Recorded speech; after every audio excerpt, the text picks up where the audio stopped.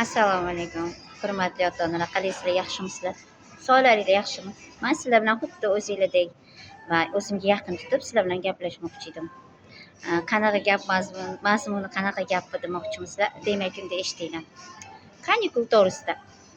Agar boshingiz qotib, nima qilishni bilmay, ishga borishingiz kerak bo'lsa, bolangizni qayerga qo'yishni bilmayotgan bo'lsangiz, unda biling, maktablarimizda lagerlar ochilgan. Albatta, peshinda uxlash payti ham bor.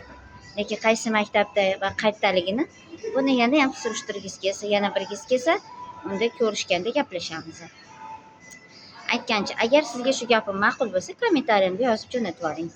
Qaysi maktabda qanaqa yotoqlar juda ham qulay. Haqiqatdan ham u maktablarda to'garaklar ham bor.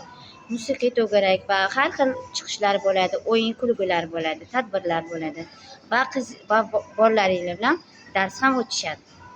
Lekin qaysi maktabdalik qiziqayotgan bo'lsangiz, unda meni kommentariyamga yozib qoldiring. Hozircha esa xayr. Sizlar bilan azim va nazokat edi. Yana ko'rishguncha.